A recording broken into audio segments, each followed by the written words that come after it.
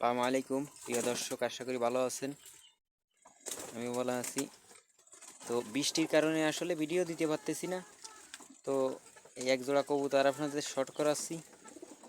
তো খুব খুবই কোয়ালিটিফুল কবুতর, যদি আপনাদের বলি তা বলে শেষ করা যাবে না। এর আগের বাচ্চা এবছর টুর্নামেন্ট খেলতে পারিনি এই বৃষ্টির কারণে, কারণ কবুতর হারায় লাভ নেই। শীতকালে টুর্নামেন্ট ইনশাল্লাহ ধরবো।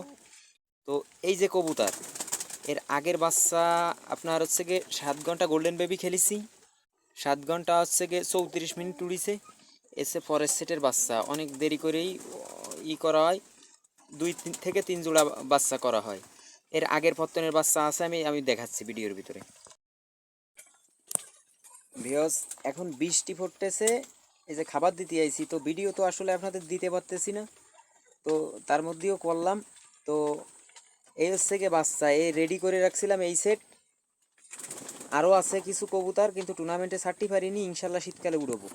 তো অবশ্যই ভালো লাগে থাকলে লাইক কমেন্ট শেয়ার করে দেবেন আর সাবস্ক্রাইব করে দিয়ে পাশে থাকবেন।